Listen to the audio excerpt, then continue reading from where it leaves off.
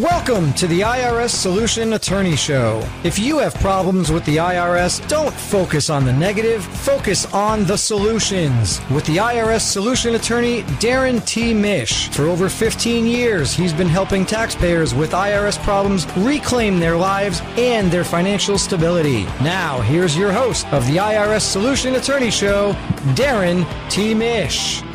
That would be me. I am Darrin T. Mish, the IRS Solution Attorney. And I'm here today with Katrina Madewell, my loyal and faithful co-host. How are you doing? That's me. And we were both here a little bit later than normal, but neither of us were late, so that's good. We didn't even share your dream last week. Should we talk about that or no? Sure. You can share. I don't had remember a dream it you now. overslept and Oh, that's right. Okay, so here's the dream. Last week, for some whatever reason, I was obsessing all night about this. That it's because I'm in the new house and it's a little farther away. Yes. So I used to live about, 30 miles from the studio. Now I live like 50 miles from the studio. And so last week I had the dream all night obsessively that I had somehow overslept.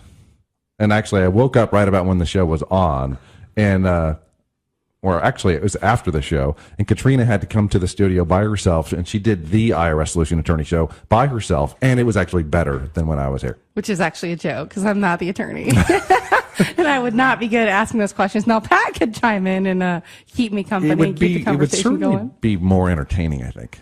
Perhaps, yes. I think it would be entertaining, yes. And I think there would be no holds barred. I don't think there would be any of this play nice with the IRS kind of talk.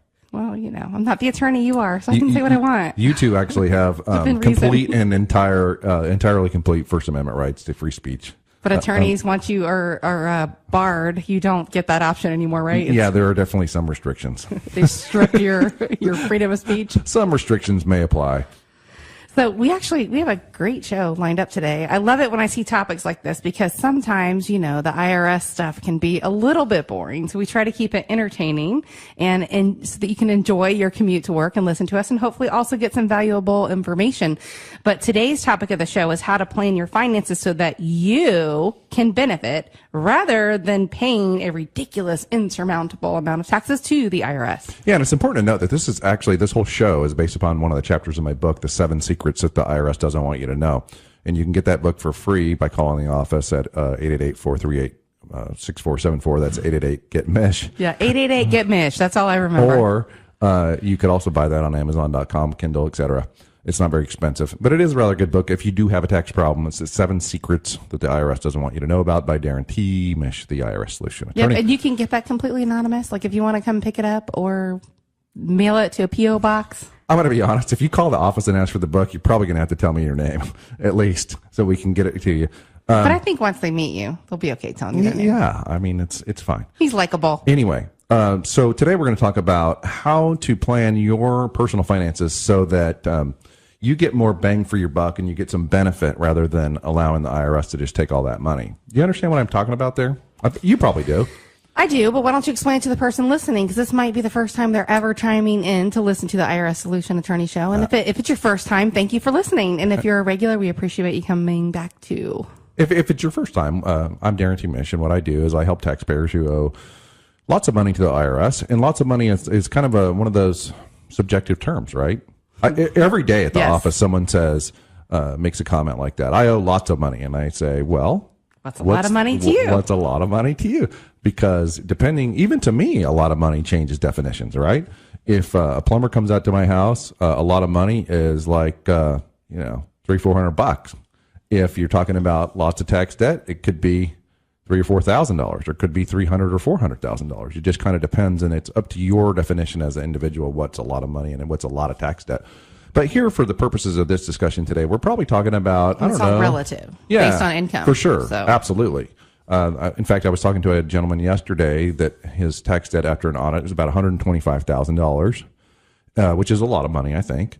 And we got to talking, and his income's about $500,000. So is that a lot of money now? I mean, Again, it's all relative. Exactly. So $125,000 to owe the IRS is a lot of money. $125,000 to buy a house, you'd be lucky to get a trailer. But, it's all relative. Not that there's anything wrong with a trailer. No, I'm just saying. It's, what you can get for $125 is not that much. So in our discussion between he and I, the gentleman that was earning $500,000 and owed $125,000, it went a completely different direction than really what we're going to talk about today, which is if you owe a lot of money to the IRS, say $20,000 or more, and you have, relatively modest means. So I would say under $100,000 of household income if you have a family of four, for example, then you're going to want to plan a little bit for resolving the tax problem. Here's what I mean. There are certain categories. So when the IRS, if you owe over $50,000, the IRS is probably going to want to go through and get a financial statement from you. And they use a couple different forms. One is the 433A and one is the 433F. And the difference really is... One's pass, one's fail. Just kidding. I wish. I'm just kidding. It's never that simple with the IRS.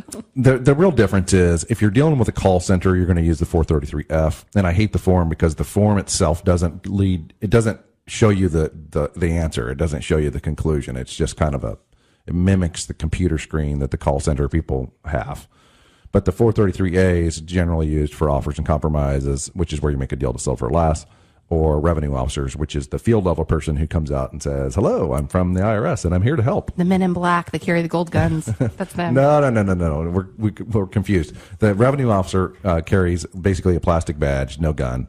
It's the revenue, it's CID agents carry a gold badge and guns, and you probably shouldn't talk to those folks. I just mix them up. I think anybody that comes to your office is going to be that person, but it's not true. Yeah, there's actually a huge difference between the two. But anyway, so it's a 433A or 433F. And when the IRS is looking at your financial statement, what they're basically trying to do is they're trying to determine what your disposable income is. So disposable income in this instance is actually what we call a term of art. It means something special.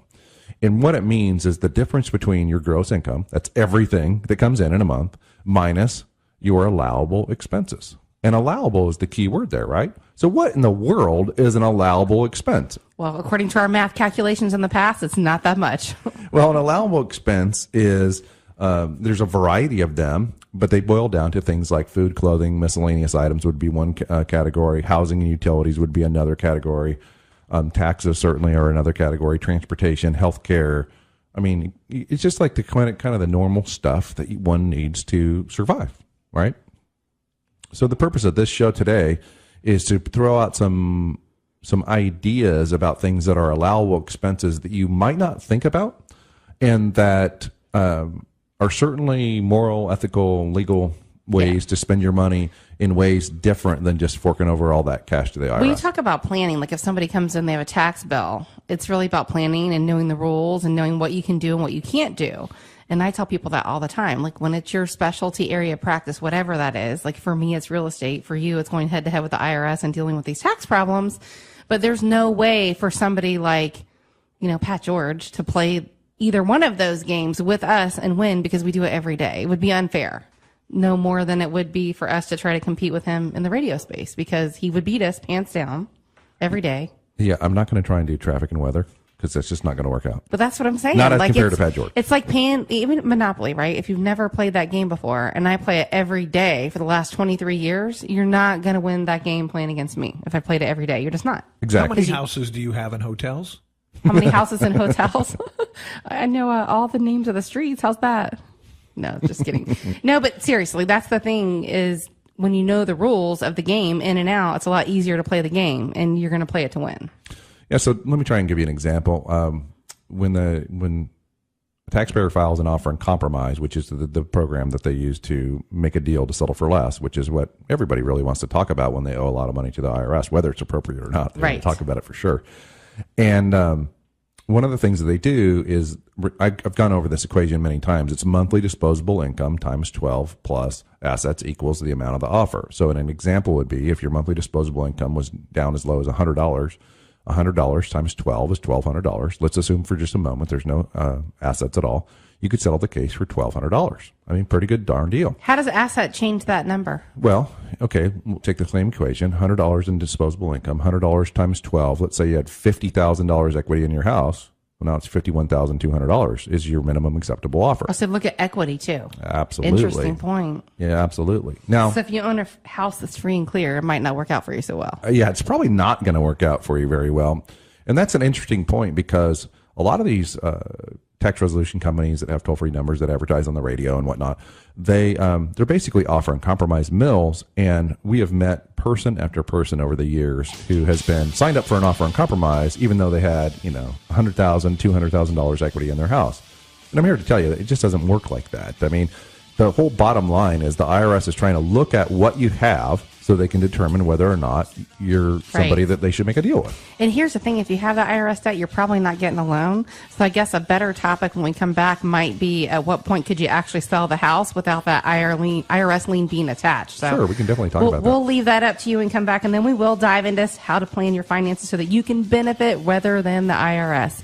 You're listening to the IRS Solution Attorney Show with Mr. Darrin T. Mish. I'm your co-host, Katrina Madewell. Thanks for listening to Money Talk 1010. We'll be back in a minute. Just take a real quick break. Stick around. Don't change the channel. Pat's got news, traffic, and weather. Back in a minute.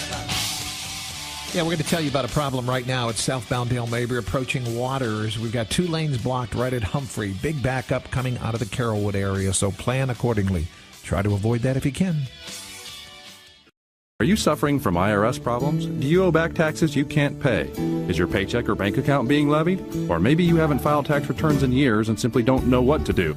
This is Darrin T. Mish to tell you that if you're tired of IRS problems hanging over your head and are ready for a fresh start, we may be able to help. Call the law offices of Darrin T. Mish at 888-GET-MISH, 888-GET-MISH.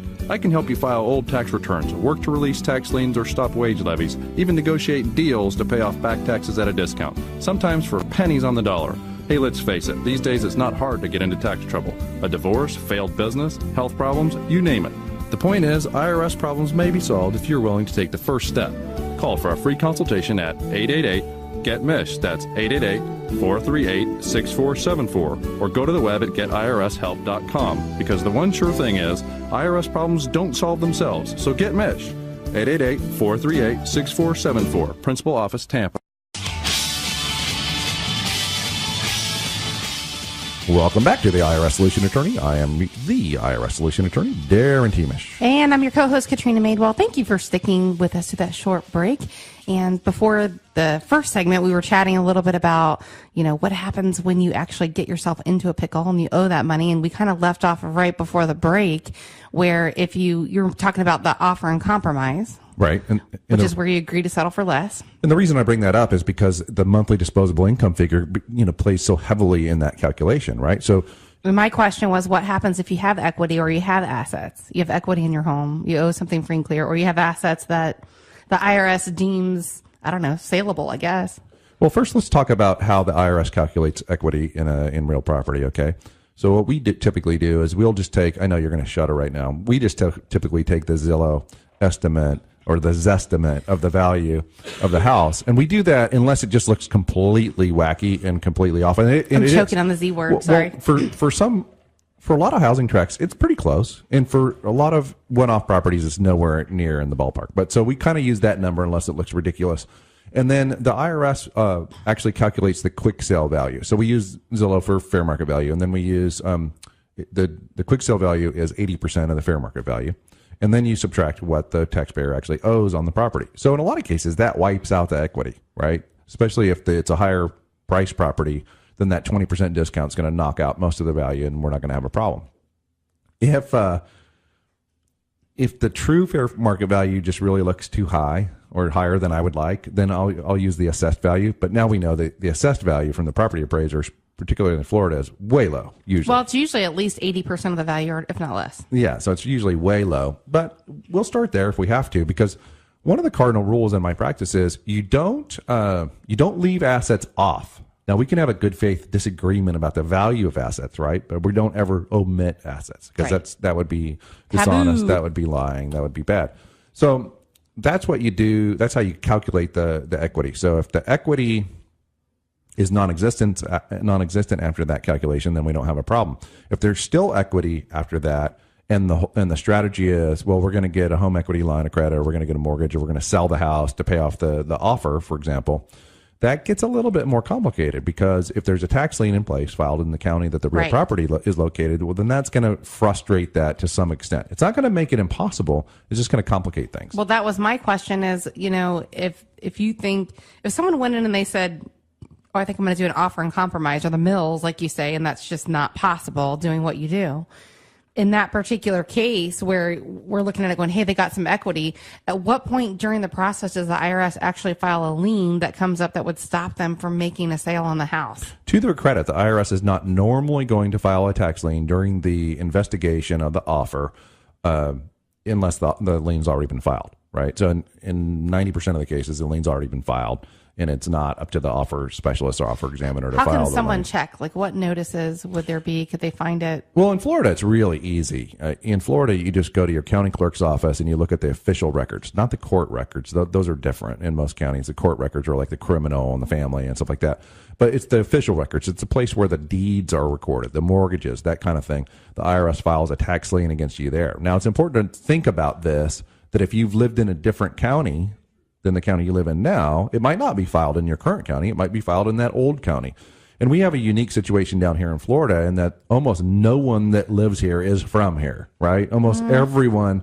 I'm the white elephant in the room, but sure. yes. I mean, and so are my kids, right? I mean, they're from Florida, but a lot of people come down here from different states, and I can't speak to how to find the official records in those other states because it's all, I mean, literally every state has its own. So, I mean, method. if it's a public record, it's going to appear on your credit report. So It's probably you gonna- could get a free credit report by annualcreditreport.com, and that's everybody's entitled to one of those per year. And they're supposed to, the IRS is supposed to send you a notice of the filing of the federal tax lien. But My guess is they have a stack of mail from the IRS they haven't opened, and it's probably in there. well, that's pretty common. And the other thing that happens is the IRS sends it to your last known address.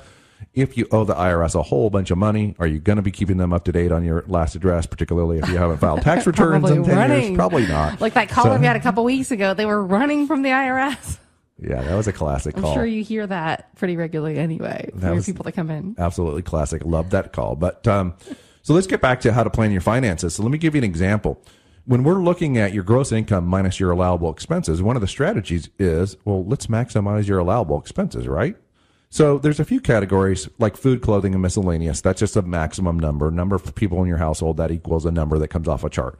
The second line is housing and utilities. Literally every county in this country has a chart, has a number for how much housing is allowed in that county. And it's important to note that counties differ quite dramatically sometimes. I would say that here in the Tampa Bay area, Hillsborough and Pinellas counties are really, really close. But then you get out into the more of the hinterlands, like, Pasco and Polk County. No offense to folks that live out there. I happen to live in the hinterlands. It's a lot cheaper to live in many cases, particularly in Pasco County, where you have just this huge amount of mobile homes, which, are cheaper to live in than single family homes. So there's wide variety and differences between housing costs between counties, even across the country. So the allowable housing is less in Pasco? Oh, for sure. I'll give you an example here. I'll pull it up in a minute. But so the next one would be a car payment, right? So most people that I meet with, if they owe money to the IRS, the last thing they're thinking about is maybe it would help me to go buy a new car. Yeah, no, that wouldn't be on the top of my list, I can tell you. But I'm here to tell you that it's completely allowable, and it can very often help. I've seen, many people over the years driving a $2,000 clunker, just barely making it because they can barely keep the thing on the road, which then affects their work, right? Because they can't always get to work and things like that.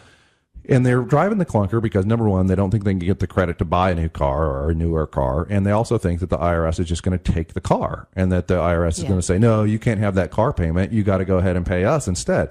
Well, cars are easy to qualify for, houses not so much.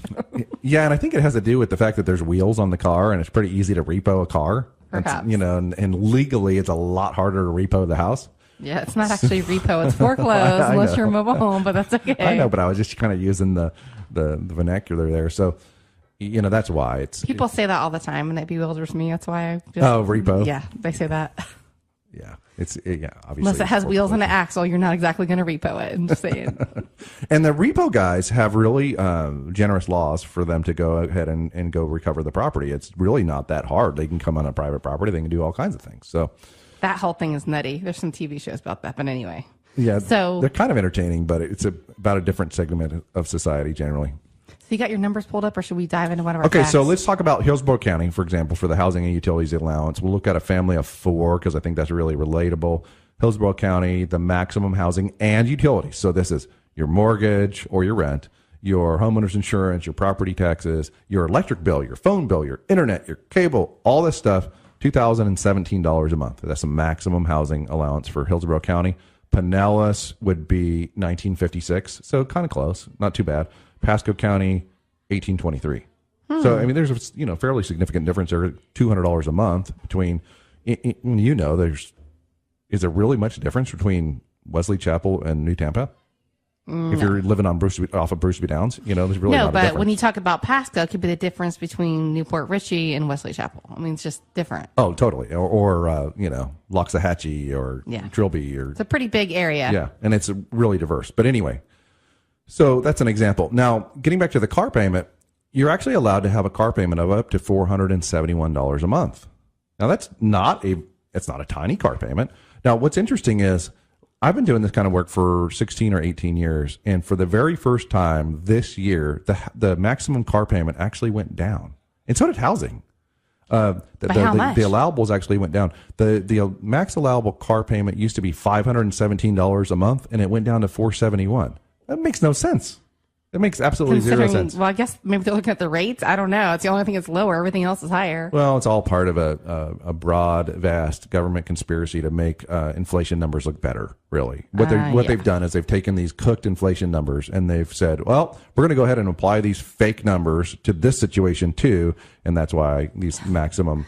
Well, we don't have negative interest rates yet, so I guess we're okay in that respect. What was also interesting is, it hasn't been... Gas is like maybe $2 a gallon, right?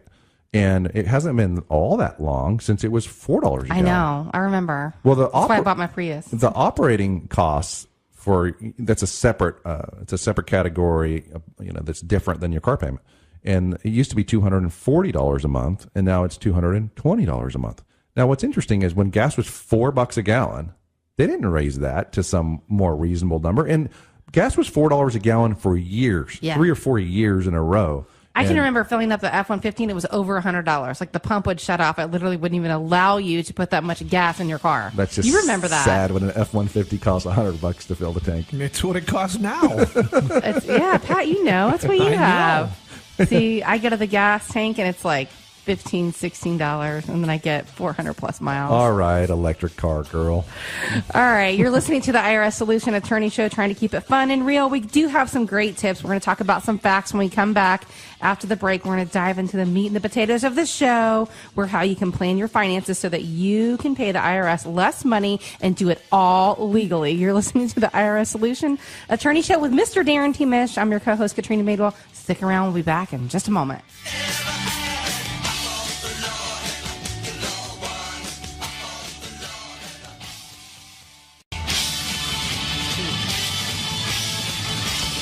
Welcome back to the IRS Solution Attorney Show. I am the IRS Solution Attorney, Darrin T. Mish. I'm your co-host, Katrina Madewell. Nice try, Pat. Today we're talking about how to plan your finances so that you benefit rather than the IRS in paying back their exorbitant taxes, penalties, and interest. So we were talking about the break, and one of the first things we want to talk about is the IRS has actually been cracking down on investors who attempt to use passive real estate investment losses to offset the income. You want to talk about that yet or no? No, let's go back to some more examples about how you as a taxpayer can benefit from, increasing your personal expenses so that you have less money to pay the IRS. So before the break, we were talking about you could actually go out and buy a new car. That could be a strategy, because if you had, let's say you driving an old clunker, and then you all of a sudden you buy a new car with a $471 a month car payment, that's $471 a month less that you have the ability to pay back to the IRS. So another category that comes up quite often is healthcare, health insurance. Health insurance is an example of an expense that can be in an unlimited amount as long as you're paying it. So there's no maximum standard here, because we all know that healthcare is going up, I think mine's going up between 40 and 60% this year. Goes up and the coverage goes down. And but I've had a number of people over the years come into the office, and we're trying to get them ready to do an offer in compromise. And the strategy there is get the monthly disposable income as low as possible, so that when we go through that multiplier, that the amount of the offer actually goes down, right? So the difference between having $1,000 a month in disposable income and $100 a month in disposable income is huge. So the minimum offer, if you had $1,000 disposable income, would be $12,000. If you had $100, it's $1,200. So every dollar that I can make that disposable income figure go down, I'm saving the taxpayer $12.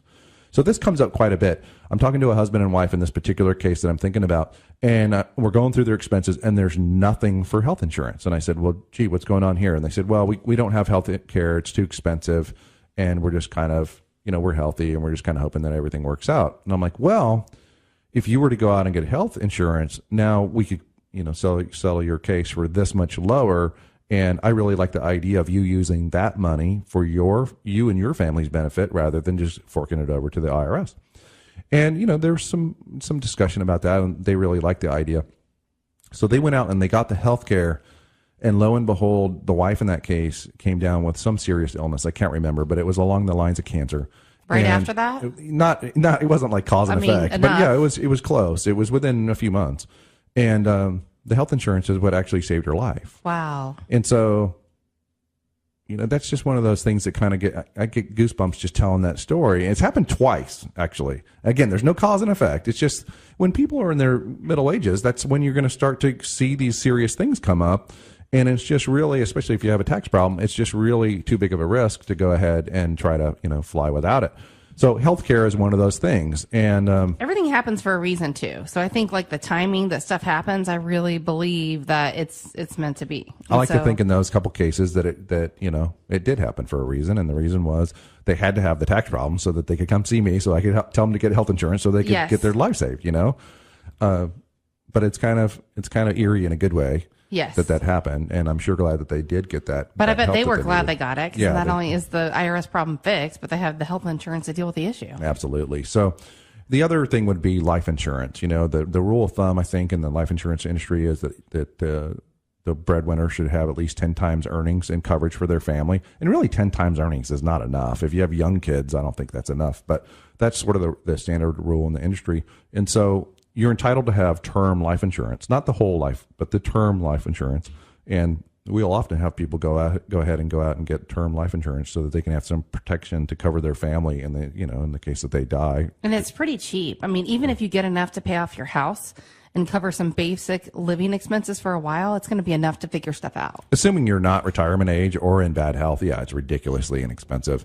And it's just one of those things that I would rather have you as the taxpayer client have that $100 a month or $150 a month going towards that protection than trying to give that to the IRS. It just makes no sense to me that, you should right. forego Even if you those change your things. mind later, I mean, it's still better to use that money wisely. And that might happen to some people who have offers. They might change their mind and their priorities may change. They might, get out of the car payment and get into something cheaper. I don't know. I don't advise them after, but the options are definitely there. And that's what we're talking about here when we're talking about how to plan your finances so that you benefit rather than the IRS.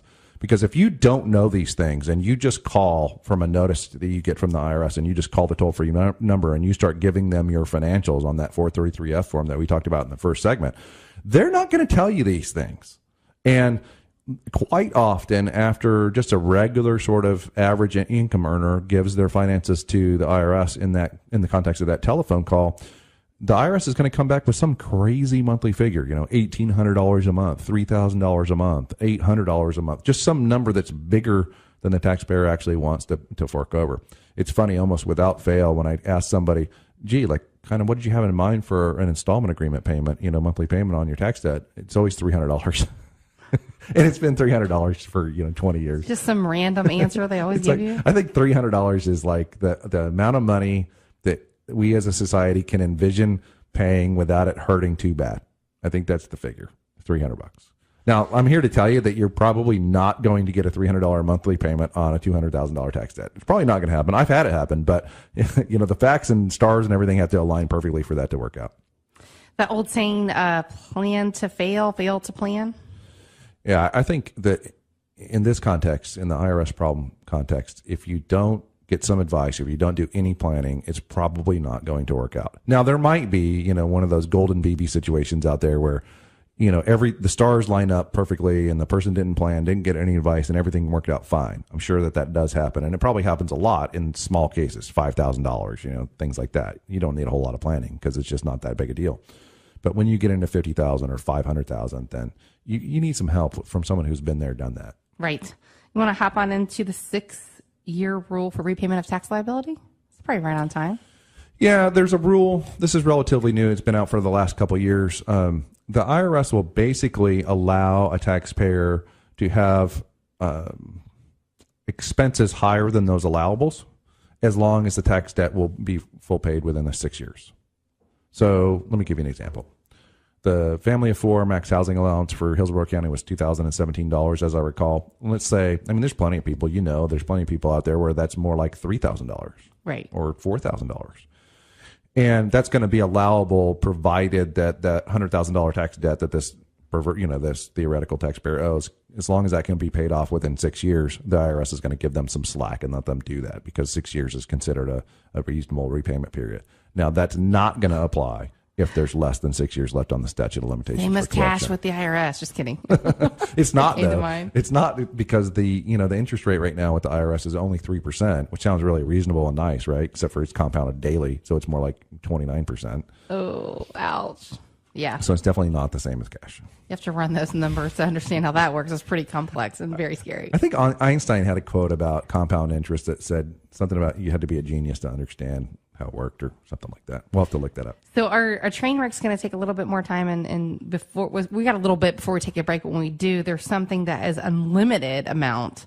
But before we jump into that, let's take a couple questions that we had from our listeners. Sound good, Darrin? Sure. So one of the first ones is from Scott. He wants to know, how can I recognize an abusive tax avoidance transaction? Well, Scott, let me give you an example. You might explain that. Yeah, let me give you an example of an abusive tax avoidance scheme that I actually participated in. This has been a number of years ago when I was younger and a little more naive and a little less wise. An abusive tax scheme is basically any kind of situation where you're getting more benefit. It's kind of hard to explain. It's basically where you're getting more benefit than you're putting into it. So let me give you the example of my situation. There was some sort of handicapped sort of disability access act for communications, and this is before the internet was really a big deal. And so I basically bought into a system where for $5,000 I got a $10,000 tax credit. Now that's too good to be true, right? Yes. How can $5,000 morph into $10,000? And I did it for 1 year. And lo and behold, they cracked down on the promoters of the scheme, and I eventually got a letter, and I knew this letter was coming. It was coming from South Dakota. And so when I got the letter, I opened it, and I called the person on the phone, and I started negotiating with them. And they thought I was negotiating on behalf of a client. And about 10 minutes into the conversation, I'm like, no, I'm the client here. So what can we do? And we ended up working it out so that I only had to pay the tax. I didn't even have to pay the penalties or interest. So I thought that was pretty good. But basically, an abusive tax avoidance transaction is something that's just too good to be true. So the classic examples are what I just told you, or the people that are. So somebody literally says, "Hey, give me $5,000. I'm going to give you a tax credit for 10." Yeah, that was what I participated in years ago in the early 90s, or probably late 90s. And but another abusive tax and avoidance transaction would be the tax protesters, the people that sell kits to show you how to avoid. Yeah, taxes are illegal and unconstitutional and never ratified on the Constitution and things like that. And I'm not denigrating those folks. Okay, I believe that they believe what they're saying is true, and I have no quarrel with them. Just we have a different approach about how to solve the problem. I just work within the system. They want to work without the system. They want to work outside of the system. Right. I've never seen anybody work outside of the system that didn't land in jail permanently, that didn't lose a lot, So those are examples. We also have another question from Steve, and I love this because I think the people listening can tell that I'm the real estate person and you're definitely the IRS tax guy. But this one is, are the proceeds I receive from a reverse mortgage taxable to me? So let me explain what a reverse mortgage is first, and then you jump in. So reverse mortgage is where certain equity positions, you have to be a certain age, and they keep modifying that age. I think the last time I was like 62 years old. You can do what they call a reverse mortgage, and those are actually federally insured by FHA, and it's where you either don't make a payment at all, or the bank actually gives you a monthly payment, which I think is Steve's scenario. So instead of you making, say, a $1,200 a month payment, the bank will send you a $1,200 a month payment. And it works exactly like a regular amortization, except for the balance goes up instead of down. And it doesn't, a lot of people think, oh, you kind of give your house to the bank. You don't. Your heirs still have it. They can still sell it, all this stuff. But you are receiving money from the bank. And there's interest attached to it. Yeah, the short answer is no. Those payments are not considered to be taxable. They're not taxable. So that's yet another. Not taxed as income. Yeah, they're not taxed as income.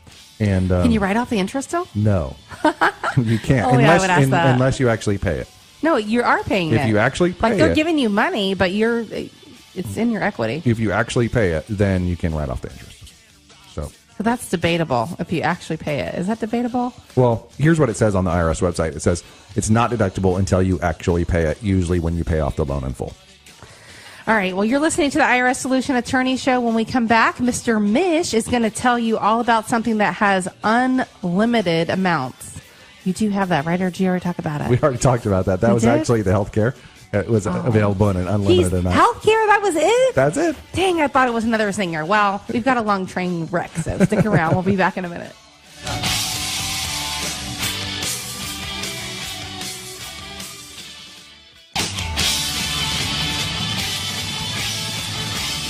Welcome back to the IRS Solution Attorney Show. I am the IRS Solution Attorney, Darrin Mish. I'm your co-host, Katrina Madewell. It's funny in the studio because sometimes, Darrin looks at me, I look at him like, all right, who's going to start? Who's coming back first?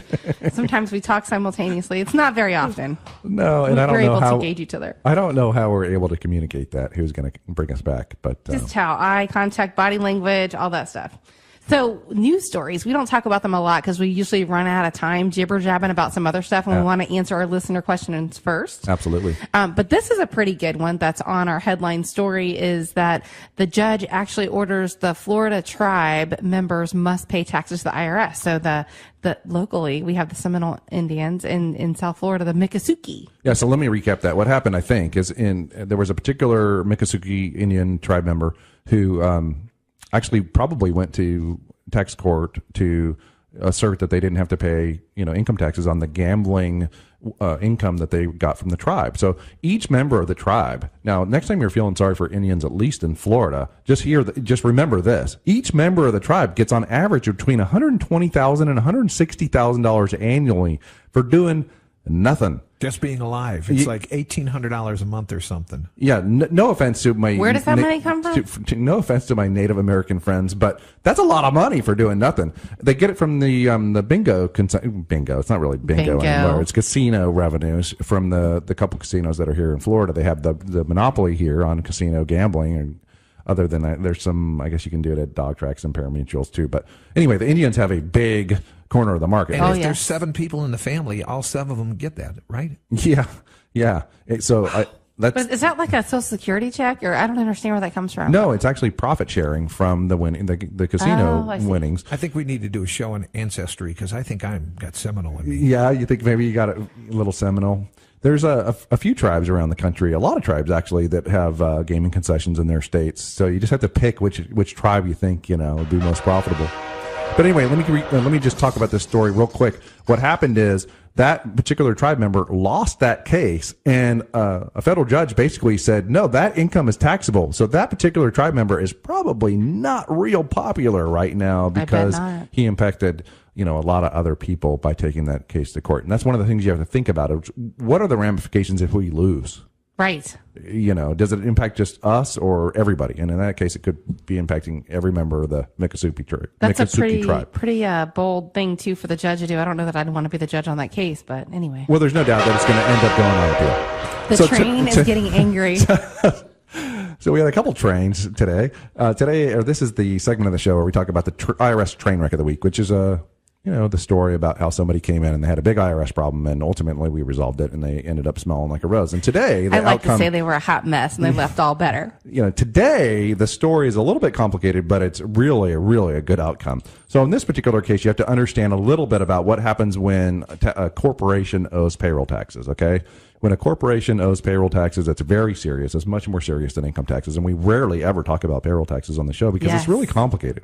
But basically what happens is the corporate veil is pierced, and the IRS can assess usually about 65% of the payroll tax against individual people. Now, quite often that's just one person, right? It's the one guy that owns the share in this really small corporation, and ultimately that guy is responsible for the payment. But it doesn't have to be limited to one person. In this case, it was actually two people. It was two partners in a printing company, and they ultimately were assessed, I think it was around $150,000 in what's called the trust fund recovery penalty tax.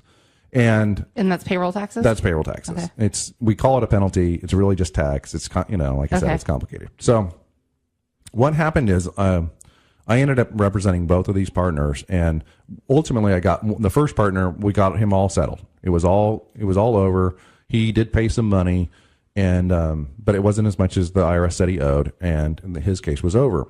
Now, what's supposed to happen when one partner pays and the other partner doesn't pay is, since it's a joint and several liability, the second person who didn't pay still gets off the hook because it's all one debt. Right. Does that make sense? Yeah, because the IRS doesn't care who pays it. They just want wherever they can get it, right? Right. And it's interesting because the interest streams actually run separately. Now, that's kind of complicated, but they have to each pay separate interest. But let's just ignore that for a minute, okay? So what happened in this case was I settled it for one gentleman. I filed something relatively rare in my practice. It's an offer and compromise based on doubt as to liability. What we asserted in that case was we didn't do all that math that we talked about in the first, second, and third segment of the show. What I argued was, no, he doesn't owe the money because of the way you guys calculated it was wrong. It was too high, and therefore he doesn't owe all that money. And in that first case, we ended up getting that last. It was $150,000, and I think we got it all but we basically got it knocked down to $100,000. Okay. What happened is in the second case, the IRS wasn't making that proper adjustment, and they kept coming after that second client for a couple more years. Meaning the partner that didn't pay anything? The partner that didn't pay anything, they kept coming after him for a couple more years. And we were trying, and the client, quite frankly, kept shooting himself in the foot and kept, being a difficult person to represent, basically. But ultimately, I filed an offer and compromise based us to doubt as to liability in that case as well. Since I represented both individuals, I was able to provide the IRS with all of that proof that the first gentleman had paid what he needed to pay, and that really that this case should be zeroed out. And I got something that I've never gotten before. I settled the case for $0. So that last $49,000, the IRS, once they got around to looking at my offer, which took them about a year, I got a phone call and the guy says, "Yeah, I looked at all this. I agree. You're right. I zeroed it out. I released the lien. It's over." How fast can you send me the letter? That's what I would have said. Well, he had already sent it, which is really pretty cool. And so I was able to tell the client that it was a first. We settled a case in an offer and compromise for $0. And so when's your client going to take you to Burns? Well, my client doesn't live in Florida, and he and I have a 7-year history. And I think he's happy, but I don't think he's super happy with me, and that's okay. Because, some people's expectations are a little bit hard to manage, but $0 on $49,000 is a pretty good deal. I think so. Especially when I had the case for like 7 years and never asked for an additional fee. Well, you may have people that just are bitter about the whole thing, that they owe the money, period. So you're just going to be the fall guy. Yeah, I'm a firm believer in, doing the right thing and doing nice things for people. You don't always get paid back by those particular people, but you always get paid back in a positive way. Around. Yeah, so I'm happy for him still. We don't get along super, super great, but that's okay. Not everybody's going to like you no matter how great you are. That's true. I think it's a good point, though, good story. And you're right, we don't talk about the corporate or payroll taxes very much at all. Well, we like you, and we're glad you're on our side. Thanks, Pat. Payroll taxes are complicated. We should probably do a show or two on that. Yes. But it's not going to be great radio. And if you have an idea, let us know. We're all ears. If you want us to talk about your story or you have a question, you can either ask that question at Darrin_Mish on Twitter, or you can call 888-GET-MISH. That's 888-438-6474. Visit the website at getirshelp.com. You can download the podcast from iTunes, or you can download the app from the iTunes and Android store. Darrin Mish is everywhere, but he will be here every Thursday morning at 9 a.m. We appreciate you chiming in for the show. And for today, we're out.